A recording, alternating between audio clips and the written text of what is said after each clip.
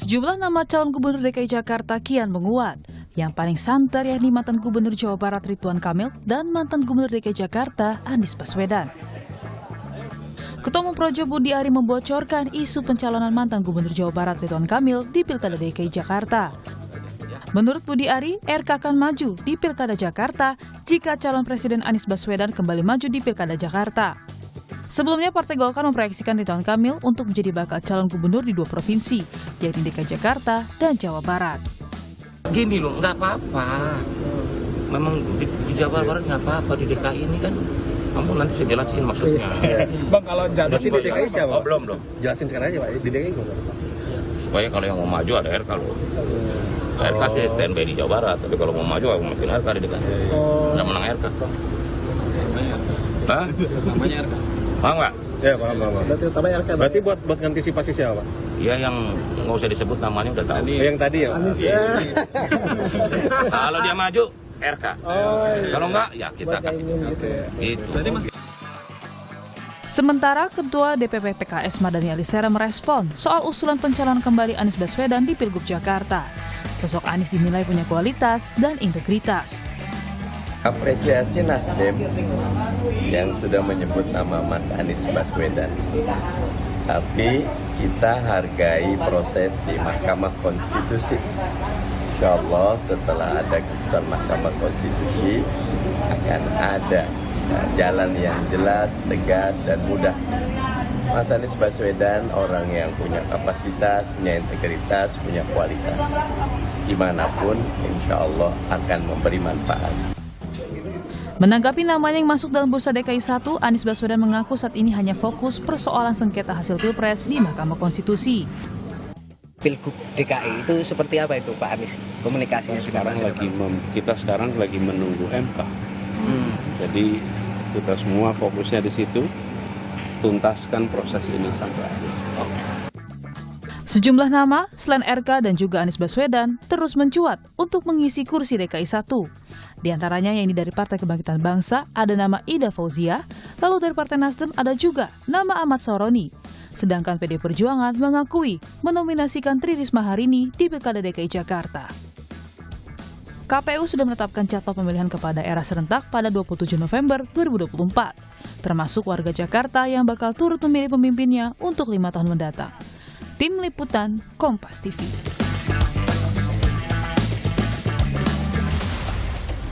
Saudara, Pilkada serentak baru akan dimulai bulan November mendatang. Namun isu Pilkada Jakarta sudah mulai memanas karena sejumlah nama yang mencuat. Lalu apakah nama-nama ini siap bertarung di kursi DKI 1 atau ada kandidat lain? Kita akan membahasnya di pagi hari ini dengan sejumlah narasumber yang sudah hadir di studio. Sudah ada politisi PDI Perjuangan yang juga anggota DPRD DKI Jakarta. Sudah ada Pak Gilbert Simanjuntak. Selamat pagi Pak Gilbert. Selamat pagi Mbak Desti. Ya, mohon maaf lahir batin dulu ya. Sama.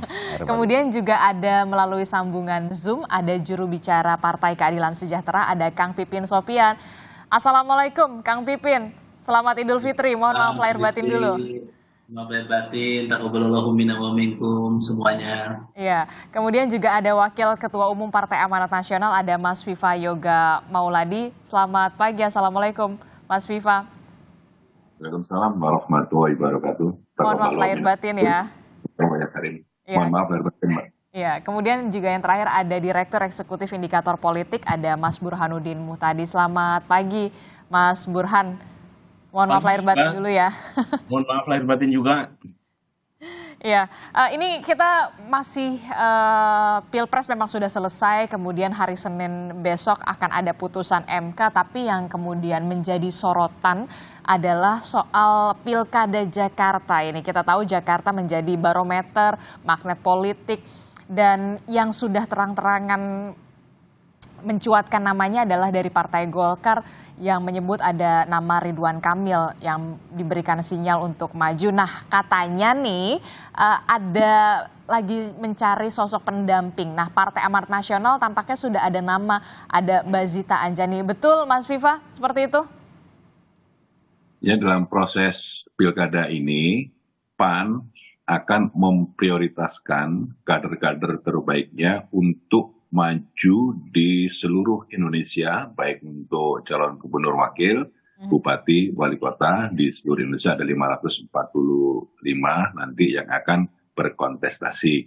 Untuk DKI salah satunya Mbak Zita Anjani karena dia adalah wakil ketua DPRD DKI yang punya pengalaman setiap hari berjibaku dengan persoalan masyarakat di DKI Jakarta, dan yang kedua dia mewakili gender, mewakili netizen, dan memiliki kapasitas yang cukup bagus, dan bagi kami Partai Amanat Nasional layak untuk dipertandingkan dan disandingkan. Proses untuk koalisi memang idealnya bagi kami adalah turunan dari Koalisi Indonesia Maju. Tetapi sekali lagi proses untuk koalisi itu antara konfigurasi politik nasional terkadang ada yang sama, terkadang ada yang berbeda dengan konfigurasi politik daerah.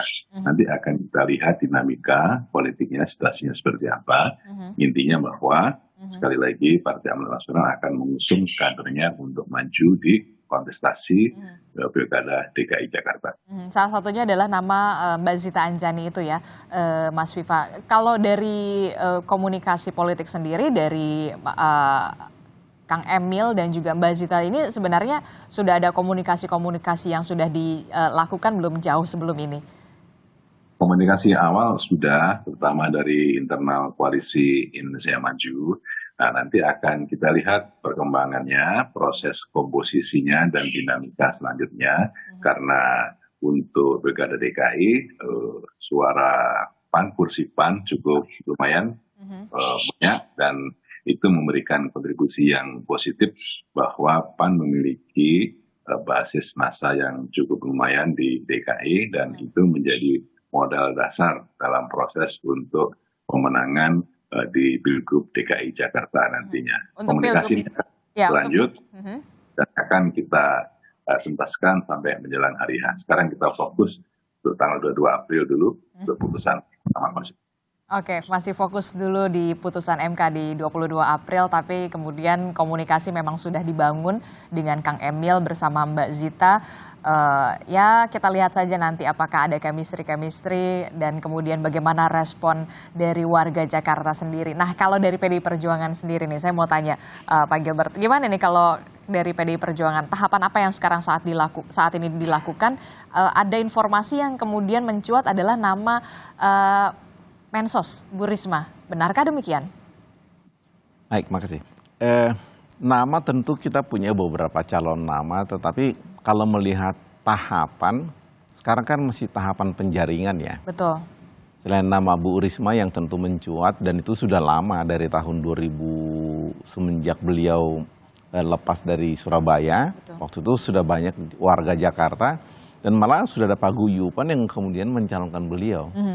Kemudian ada nama Pak Aming ya, Pak Adi Wijaya, Ketua DPD. Kemudian nama Pak Hendar Prihadi, mantan wali kota yang sekarang Ketua Lembaga Keuangan, Pembayaran.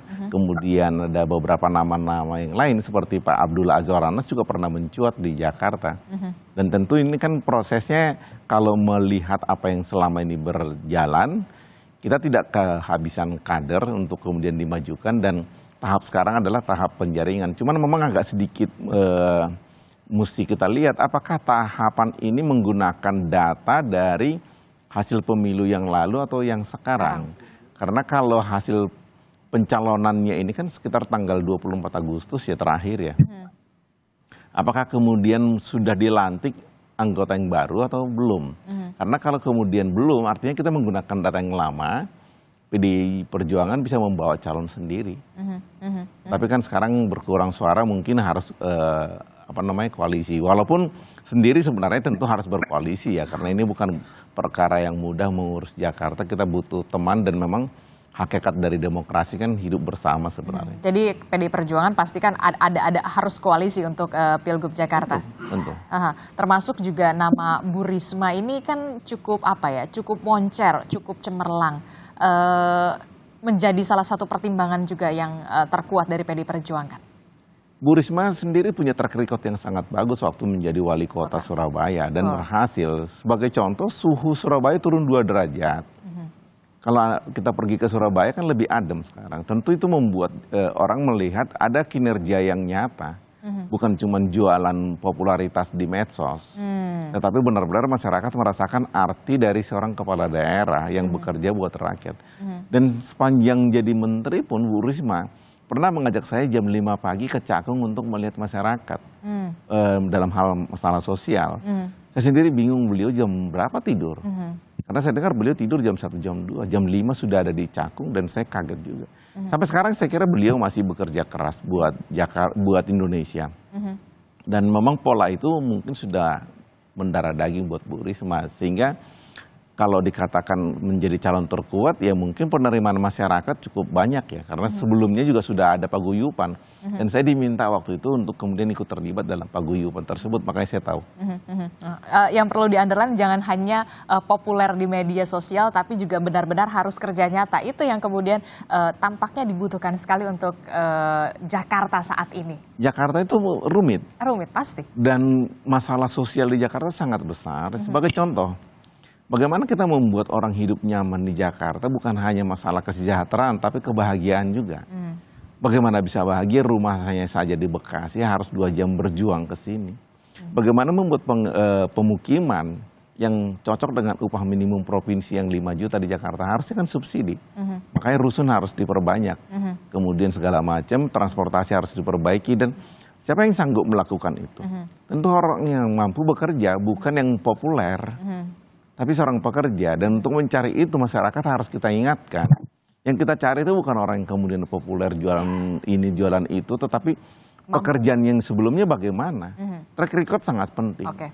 Track record sangat penting, jangan hanya populer saja tidak cukup, tapi memang benar-benar mau bekerja dan mampu bekerja untuk membenahi Jakarta yang masalahnya kompleks sekali. Nah, kalau dari PKS sendiri bagaimana? Saya sebelumnya beberapa bulan yang lalu sempat ngobrol ya, Kang Pipin dengan Pak Hidayat Nur Wahid kalau tidak salah, itu ada 5 nama.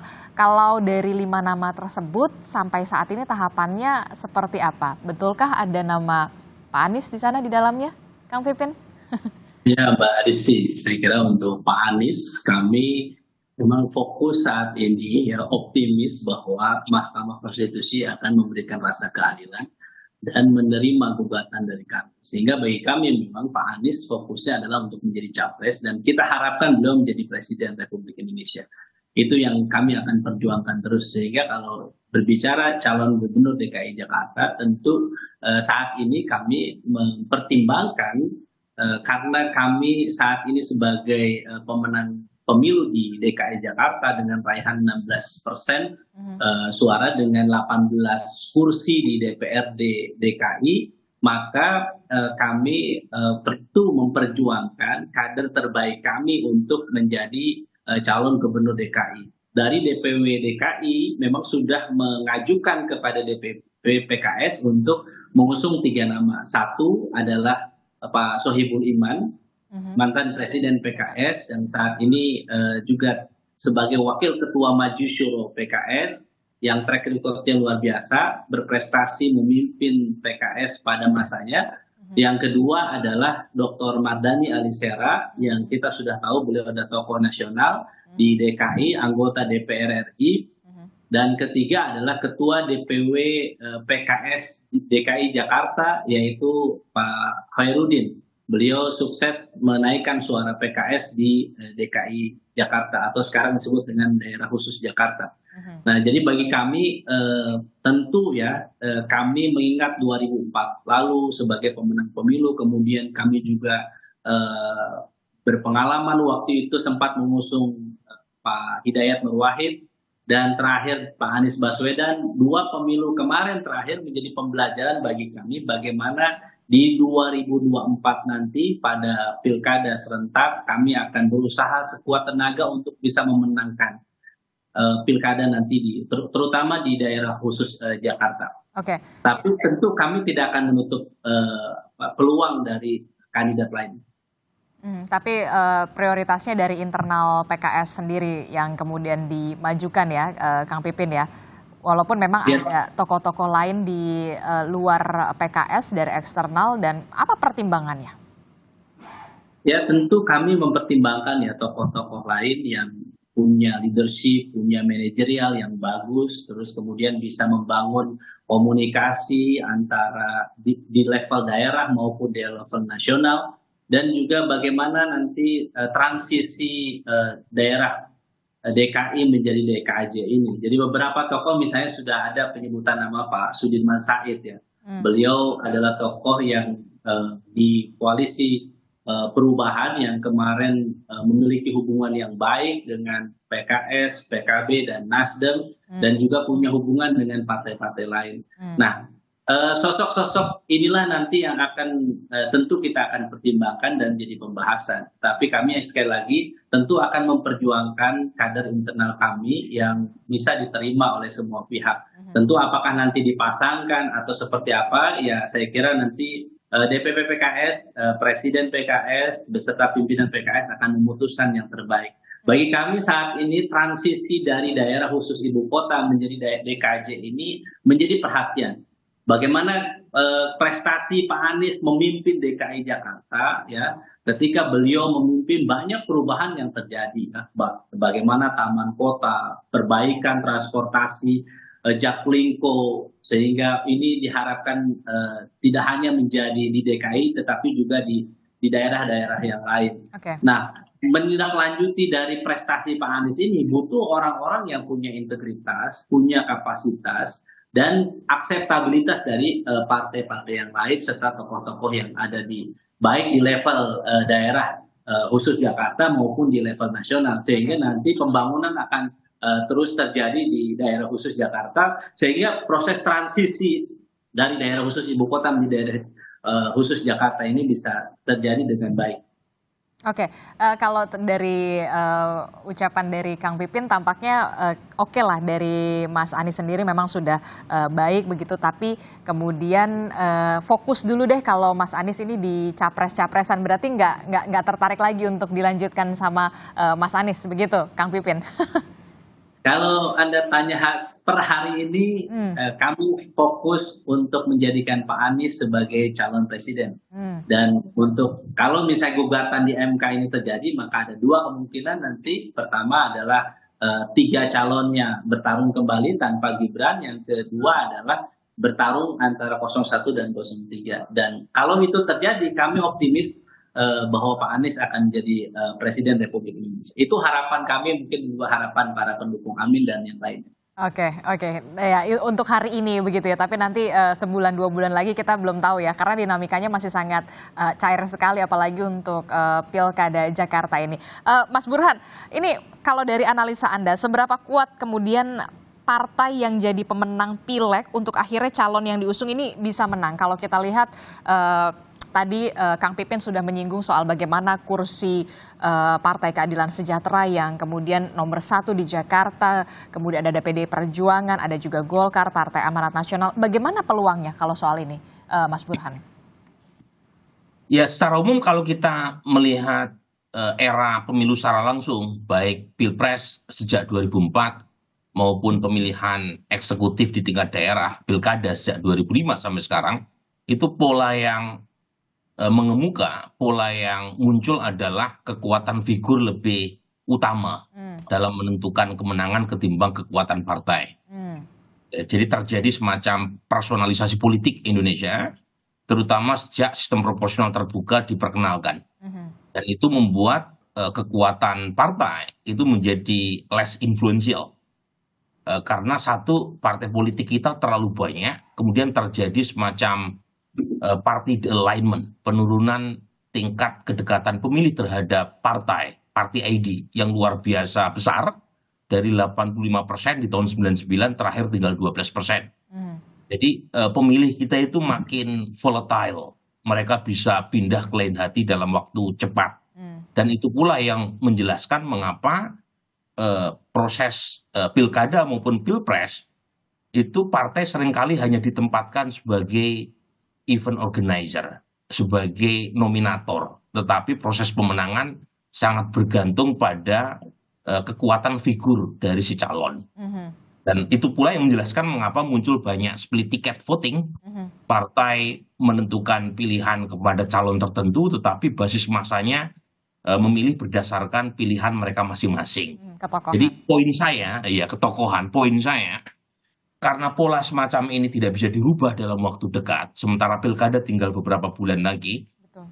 maka meskipun masing-masing partai punya kepentingan subjektif untuk mengajukan kadernya, dan tentu saja baik untuk meminta publik agar memilih calon berdasarkan faktor kompetensi, faktor integritas, tetapi faktor-faktor semacam ini kan ujungnya dalam perilaku pemilih dipersepsi secara subjektif juga oleh pemilih. Aha.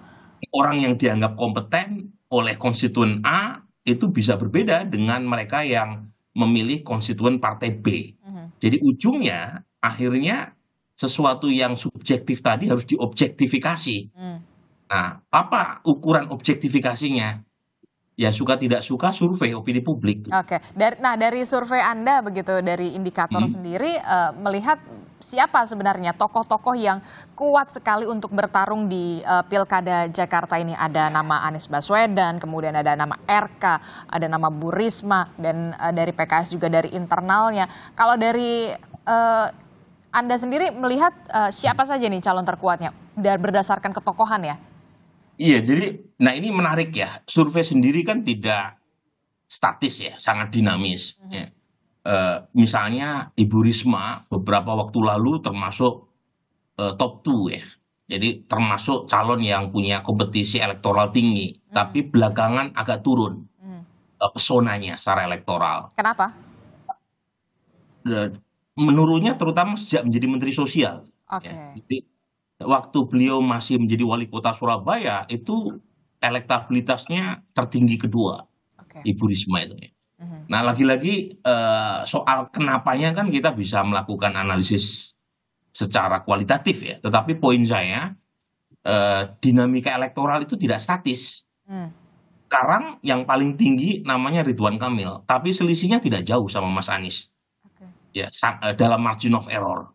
Ahok menarik, Ahok itu nomor 3, selalu dia punya segmen pemilih loyal, terutama di kalangan etnik Tionghoa dan non-Muslim. Tetapi juga lagi-lagi ketika dikerucutkan, kan kita punya 35 nama tuh. Kalau kita kerucutkan, suara Ahok tidak bertambah tuh dari pendukung calon yang namanya di shortlist. Artinya untuk mendapatkan basis pemilih baru berat juga buat Ahok ini. Jadi lagi-lagi kita mendapati satu fenomena di mana Jakarta itu dinamika elektoralnya sangat tinggi. Peringkat pertama, kedua, hingga peringkat ke-9 itu selisihnya tidak terlalu jauh. Jadi masih membuka pintu buat siapapun. Karena toh proses nominasi masih berlangsung hingga bulan, kalau nggak salah Agustus ya, baru proses pendaftaran ya Pak Gilbert. Artinya masih jauh, dan yang menarik, partai-partai di Jakarta juga tidak ada yang sangat dominan. PKS menang betul, tapi persentasenya 16, sekian persen. Kemudian disusul oleh PD Perjuangan sekitar 14%. Kemudian Gerindra 12%, Golkar 8%, PKB 7%. Jadi dari sini saja sudah terlihat ya, tidak ada kekuatan politik maupun kekuatan tokoh yang sangat dominan, dan karenanya membuka pintu buat siapapun untuk mencoba peruntungan di Pilkada DKI Jakarta tahun ini. Oke, masih sampai bulan Agustus pendaftaran begini ya, kita baru dibuka, kita akan tunggu. Tapi begini, tadi Anda menyebutkan ada nama RK, kemudian ada nama Pak Anies yang kemudian juga masih mencuat, kemudian ada Bu Risma yang tadi Anda juga sebutkan elektabilitasnya cenderung menurun ketika menjadi Mensos. Apakah kemudian nantinya tokoh-tokoh yang kuat sebagai calon gubernur Jakarta ini juga harus diimbangi dengan tokoh sebagai cawagupnya? Iya, justru Risti, kalau calon gubernurnya tidak terlalu kuat secara elektoral, artinya tidak begitu dominan, artinya cawagup kan menjadi krusial. Jadi cawagup menjadi krusial, terutama dua hal ya. Pertama, cawagup diharapkan mampu membawa partai untuk menggenapi kekurangan syarat administratif nominasi calon kepala daerah. Karena kita tahu syarat untuk mencalonkan kepala daerah kan 20-25%, persis syarat pilpres. Sementara pemenang pemilu tidak ada yang mencapai syarat minimum untuk bisa mengajukan cakada calon gubernur tanpa harus berkoalisi dengan partai lain. Itu sumbangan pertama yang diharapkan dibawa oleh calon wakil gubernur. Jadi dia harus membawa partai. Apakah dia orang partai atau tidak, yang penting dia harus bawa partai. Yang kedua, karena proses pemilu bukan hanya sekedar menggugurkan kewajiban administratif ambang batas pencalonan kepala daerah, calon wakil gubernur juga harus punya daya persona sendiri secara elektoral. Yang ketiga, nah ini bonus ya. Kalau misalnya calon wakil gubernur juga punya kekuatan teknokratik. Ya, ini penting karena kalau mereka menang tetapi tidak punya kemampuan teknokratik, Tidak bisa menyeimbangi. tidak punya integritas, itu juga repot, kasihan gubernurnya gitu. Dan kasihan warga Jakarta gitu. Oke, jadi harus seimbang begitu antara elektabilitas juga untuk meningkatkan elektoral, tapi juga kemampuan teknokratik itu yang kemudian menjadi penting juga khususnya untuk apa ya, bisa mengatasi masalah-masalah yang benar-benar kompleks sekali di Jakarta. Nah, siapa saja nama-nama yang kemudian juga mencuat sebagai calon wakil gubernur Jakarta menurut Mas Burhan, lalu kemudian juga ada Pak Gilbert juga. Nanti kita akan tanyakan siapa yang sosok ideal tepatnya dari PDI Perjuangan sebagai cawagup, Kang Pipin dari PKS, tapi jangan dijawab dulu, tetaplah bersama kami di Sapa Indonesia Pagi. Terima kasih Anda masih bersama kami di Sapa Indonesia Pagi. Saudara, kita masih membahas bagaimana perebutan kursi Jakarta 1. Kalau kita tidak bisa menyebutnya lagi daerah khusus ibu kota ya, karena memang sudah daerah khusus Jakarta. Masih bergabung bersama kami ada Pak Gilbert Simanjuntak, kemudian ada Kang Pipin Sopian, kemudian juga ada Mas Burhan. Nanti juga akan menyusul Mas Viva Yoga yang juga akan kembali bergabung. Saya ke Pak Gilbert dulu. Pak Gilbert, Anda sepakat nggak kalau tadi Mas Burhan mengatakan elektabilitasnya Bu Risma ini agak sedikit meredup ketika menjadi mensos dibandingkan ketika Bu Risma ini menduduki jabatan sebagai wali kota yang kita tahu betul-betul kinerjanya moncer sekali, nggak usah di apa ya, ya udahlah kalau Bu Risma jadi wali kota ini kemarin benar-benar oke banget lah gitu. Anda sepakat? Saya tidak melihat itu sebagai sebuah hal yang menjadi dominan dalam penentuan calon gubernur maupun kemudian dalam bekerja.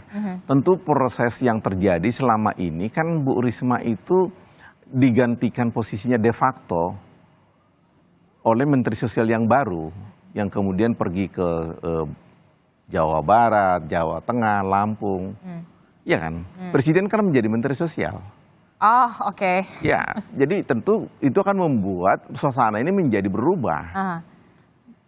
Peran sebagai Menteri Sosial ini berkurang. Kemudian Kepala Badan Pangan Nasional juga menjadi Menteri Sosial, menyalurkan.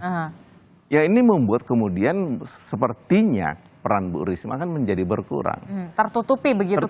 Karena lebih dominan Presiden, maksud Anda begitu? Iya, dan kemudian dana sendiri kan beliau hanya menyalurkan sekian puluh triliun dari dominannya malah bukan di luar beliau. Dan waktu kemudian di sidang MK kemarin maupun dengan rapat dengan DPR, itu juga disampaikan oleh beliau dan semua terperangah. Jadi kalau dikatakan karena itu sekarang fenomena Bu Risma agak sedikit menurun, ya wajar-wajar saja ada Menteri Sosial yang baru, yang bukan tupoksinya, yang mengerjakan itu untuk kepentingan pribadinya begitu ya. Jadi saya tidak menganggap itu sebuah hal yang kemudian menjadi pertimbangan, tetapi ada sesuatu yang kemudian juga ada fenomena baru ini. Aturan mengenai 2 putaran pemilihan gubernur kalau tidak mencapai 50% kan dibuat di PKPU kan, peraturan KPU. Tiba-tiba di dalam undang-undang daerah khusus Jakarta yang baru muncul menjadi undang-undang di bawah undang-undang dasar. Ini kan menjadi aneh, ini produknya menjadi produk undang-undang yang buat saya agak sedikit ya terus terang tidak gembira begitu. Karena itu kan peraturan PKPU yang kemudian diangkat menjadi undang-undang, apa urusannya itu mesti masuk dalam undang-undang daerah khusus Jakarta. Karena kemudian di dalam PKPU kan itu dibuat untuk kemudian Irian Barat. Nah sekarang Irian Barat sudah 5 atau 4 begitu. Kemudian daerah khusus Jakarta, Aceh, untuk kemudian 50% plus 1. Sesudah ini kemudian berubah dan Jakarta bukan lagi DKI sesuai PKPU, tentu berubah. Tapi kenapa diangkat ke tingkat undang-undang yang jauh lebih tinggi kelasnya dibandingkan PKPU. Itu juga menjadi persoalan yang saya kira akan membuat Jakarta ini menjadi makin rumit untuk kita kelola. Harusnya kita buat lebih mudah, mencari kader yang bekerja dengan baik, bukan sekedar kemudian hanya menang di Jakarta, mengandalkan yang bukan kinerja tapi mengandalkan elektoral atau popularitas di medsos dan segala macam. Seperti yang tadi dikatakan oleh Pak Mu tadi, ya kita mementingkan warga Jakarta harusnya, karena tujuan parpol itu kan sebenarnya mensejahterakan masyarakat kan. Dan kita harus mendidik, jangan lagi membawa calon yang kemudian memecah belah, tetapi yang mempersatukan. Kalau begitu, kita akan melihat Jakarta ini lebih tenang, sehingga menjadi barometer untuk kemajuan. Sebagai contoh, sewaktu Jakarta membuka pola transparansi berupa elektronik budgeting, membuat seluruh kepala daerah se-Indonesia itu terpacu untuk melakukan itu, karena malu. Kemudian ada tuntutan dari masyarakat sekitarnya dia. Sesudah kemudian mereka melakukan elektronik budgeting, Jakarta malah menutup di zamannya gubernur yang lalu. Dan itu kemudian tentu kita tidak berharap Jakarta itu mundur. Kita berharap Jakarta maju. Ya pastinya, dengan sosok yang memang mampu bekerja untuk membereskan Jakarta. Dan kemudian membuat Jakarta itu rukun. Dan Anda melihat sosok Risma ada di... Ada. Kinerjanya tidak kita ragukan. Baik, kalau... Tapi saya tidak dalam proses yang terlalu maju dulu ke situ ya, menunggu penetapan. Kalau dari Mas Viva sendiri dari Partai Amanat Nasional, Anda melihat sosok Zita Anjani ini memang mumpuni untuk mendampingi Kang Emil begitu? Karena memang dibutuhkan juga, tadi Mas Burhan mengatakan, Cawagup sebaiknya juga punya kemampuan teknokrat. Mas Viva. Demografi, khususnya daerah khusus Jakarta yang merupakan daerah metropolitan, basis konstituen masing-masing partai politik itu saya rasa sangat spesifik, karena dia adalah menjadi daerah metropolitan. Dan dari sisi itu saya rasa tingkat keterpilihan dari masing-masing pasangan calon itu bukan hanya ditentukan oleh seberapa tingginya party ID, tapi juga dari tingkat popularitas dari calon yang akan berlaga di DKI. Jadi sesungguhnya popularitas itu juga harus diimbangi dengan keterpilihan dari kekuatan masing-masing partai politik, meskipun pilkada lebih mengarah pada peningkatan kualitas dari figur, tetapi dari sisi basis itu juga harus mempertimbangkan siapa figur yang akan maju untuk pilkada daerah khusus Jakarta. Dan kami punya keyakinan bahwa jika nanti proses komunikasi dan koalisi dalam pasangan calon itu akan ditentukan, dan sekali lagi PAN akan mengusung calon internal, kader sendiri kita yang akan kita rencanakan untuk maju. Saya rasa Mas Viva, proses keterpilihan itu juga harus mempertimbangkan nilai popularitas dari calon. Kalau kemudian masyarakat tidak mengetahui, tidak kenal, dan tidak populer, tentunya juga mereka tidak akan memilih. Jadi proses untuk itu saya rasa kaum netizen itu akan ada insentif elektoral jika dia memilih yang sesuai dengan karakternya, yang sesuai dengan keterpilihannya, dan itu menjadi kekuatan tersendiri bagi Partai Amanat Nasional yang saat ini ada rasa ada rasa semangat baru bahwa kaum muda itu sebagian besar adalah memilih Partai Amanat Nasional. Kalau dari PKS sendiri akan berkoalisinya ancang-ancangnya kemana? Ataukah kemudian juga ke Partai Nasdem lagi? Ini kalau dari Partai Nasdem kan kalau tidak salah sudah ada menyodorkan nama Bung Sahroni. Gimana Kang Pipin? Setuju nggak? Ya, pasca kemarin ya, pembahasan terkait dengan Pilpres, salah satunya 3 partai ini sudah berkumpul, ketiga sekjen juga sudah membahas secara khusus bagaimana tindak lanjut koalisi perubahan ini juga berlanjut ke DKI Jakarta, salah satunya di pilkada. Ya, dan tentu kami punya dua kriteria ya untuk ke depan bagaimana setiap hajatan politik, wabil khusus pilkada, memang ada dua kemampuan yang harus dimiliki. Yang pertama adalah capacity to win, yang kedua adalah capacity to govern. Jadi kemampuan untuk menang ini penting, sebagaimana kemampuan untuk mengelola kemenangan juga sangat penting. Jadi sosok-sosok itu akan diukur ya, bagaimana tadi elektabilitasnya tentu kita bahas dari ketiga partai itu. Tetapi kami tentu ya berharap bahwa melihat juga dari sisi kemenangan siapa yang paling tinggi kursinya di DPRD DKI.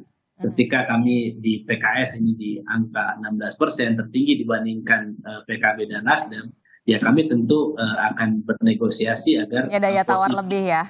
Betul, betul. Adapun nanti wakil tentu kita akan pertimbangkan siapa yang bisa membuat duit tunggal atau duo dinamik.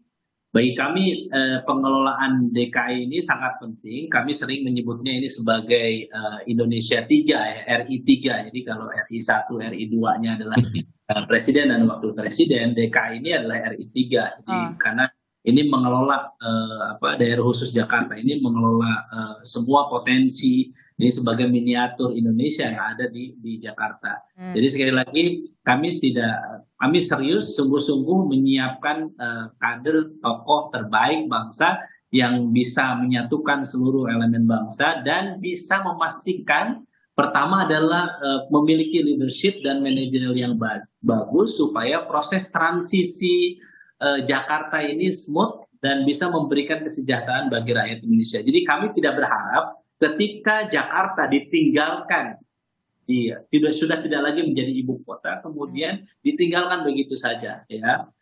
Bagaimana nanti potensi bencana dan sebagainya, ini kepemimpinan ke depan harus memperhatikan. Jadi kami sekali lagi, meskipun kami menolak IKN, tetapi tentu kami ingin agar Jakarta ini betul-betul nyaman, aman, dan menjadikan Jakarta sebagai tempat yang tadi setuju bahagia ya, sebagaimana disebutkan oleh Pak Anies, maju kotanya dan bahagia warganya.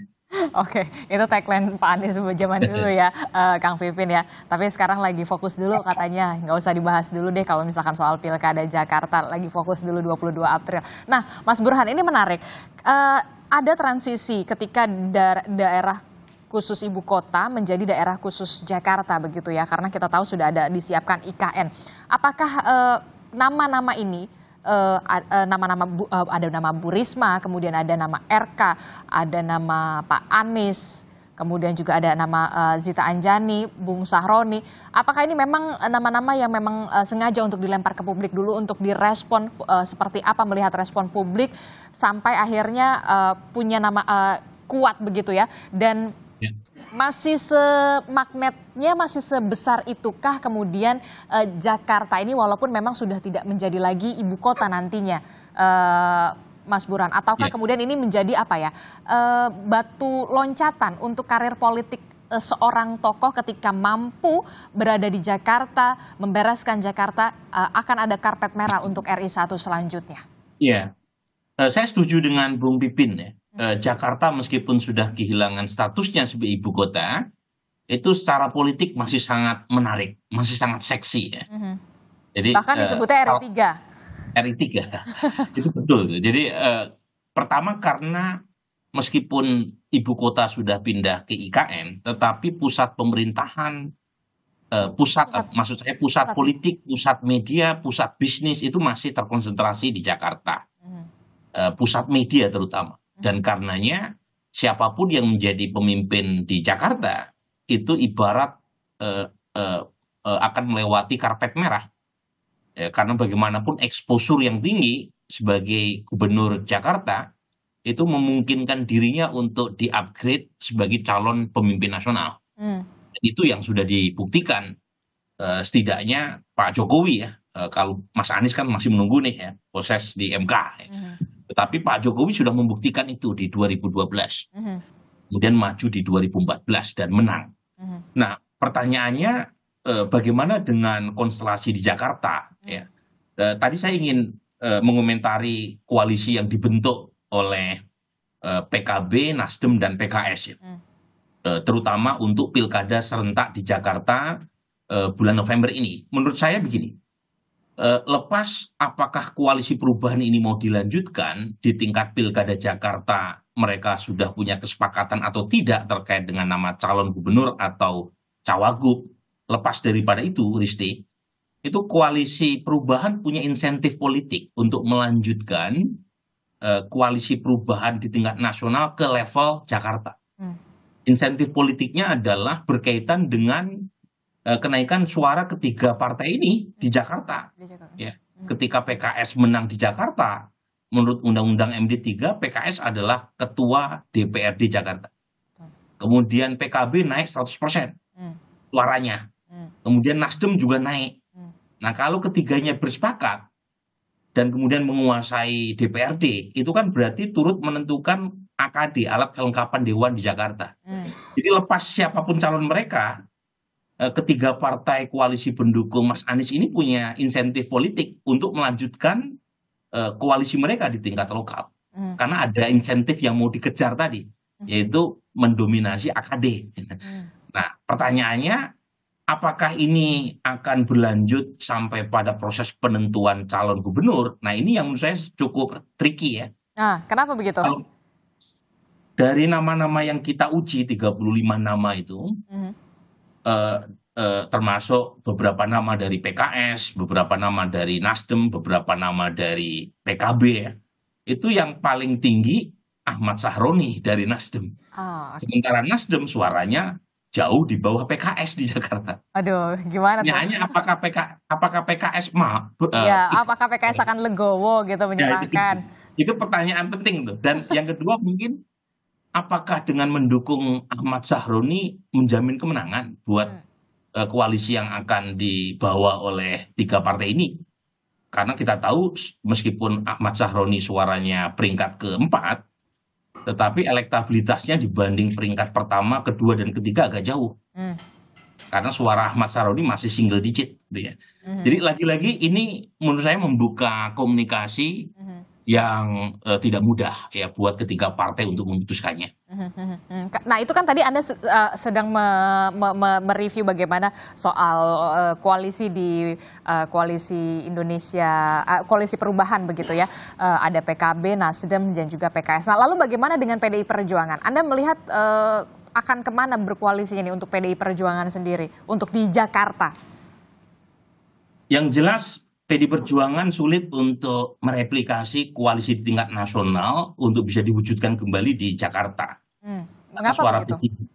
Karena suara P3 juga tidak kompetitif. Ya. Sementara suara PDI Perjuangan turun di Jakarta. Dan tidak cukup untuk mengajukan calon sendiri kalau hanya mengandalkan koalisi PDI Perjuangan dan P3. Termasuk dengan menggandeng Perindo dan Hanura sekalipun.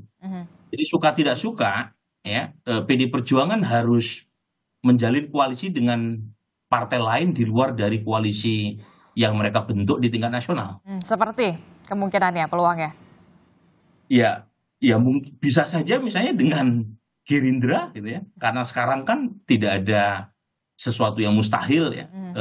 PDI Perjuangan tidak ada masalah dengan Pak Prabowo. Masalah PDI Perjuangan dengan Pak Jokowi. Jadi bisa saja kan dengan Gerindra, sementara Gerindra mungkin masih terikat dengan Bung Viva Yoga gitu ya, dan Golkar. Jadi ini yang menurut saya sangat cair dan kita tidak bisa membidik ya analisis berdasarkan peta hari ini karena apapun bisa terjadi sampai bulan Agustus nanti pada waktu proses nominasi atau pendaftaran calon kepala daerah. Dan jadi konfigurasi politik sangat menentukan, bukan semata-mata elektabilitas, tapi juga peta koalisi di tingkat nasional, termasuk hubungan PDI Perjuangan dengan Gerindra, dengan Pak Prabowo, itu juga turut menentukan apakah PDI Perjuangan akan berkoalisi dengan salah satu partai pendukung Pak Prabowo atau bahkan berkoalisi dengan Bung Pipin. Itu sesuatu yang kita perlu lihat ya beberapa bulan ke depan. Oke, respon Anda, Pak Gilbert, singkat saja soal koalisi PDI Perjuangan, peluangnya ya ke Gerindra gitu. Tapi gimana nih? Saya kira bukan cuma dengan Gerindra, dengan PKS pun kita siap bekerja sama dan itu udah pernah kita lakukan. 2000 berapa ya waktu di Solo, waktu Jokowi menjadi wali kota, kita bekerja sama dengan PKS membawa Jokowi di Solo. Kemudian di Sulawesi Selatan dan berbagai daerah lainnya, kita bekerja sama dengan PKS. Artinya bukan cuma dengan Gerindra, dengan partai manapun kita siap bekerja sama sepanjang rakyat diuntungkan. Bukan kemudian karena transaksi dagang sapi ya. Tetapi kalau untuk kebaikan, dan itu akan sangat baik untuk menghindari friksi-friksi di masyarakat sebenarnya. Sepanjang itu kemudian kita bawa kandidat yang baik, kemudian menghindari adanya benturan-benturan yang terlalu frontal di bawah. Dengan partai manapun PDI Perjuangan sangat terbuka. Oke, sangat terbuka. Kita akan lihat bagaimana komunikasi politiknya karena dinamikanya masih cair juga. Kang Pipin, singkat saja, kalau dari PDI Perjuangan terbuka juga untuk berkoalisi dengan PKS. Iya, kami terbuka dengan partai manapun ya. Karena tadi kami menyebutnya bahwa pilkada ini bagian dari upaya untuk menurunkan ketegangan politik di tingkat nasional. Jadi ketika belum tentu di nasional kita punya kubu-kubuan di tingkat nasional, kemudian di bawah terjadi kondisi yang sama. Jadi bagi kami ini adalah upaya untuk menurunkan tensi dan tadi di bawah ini chemistry masing-masing tokoh juga berbeda.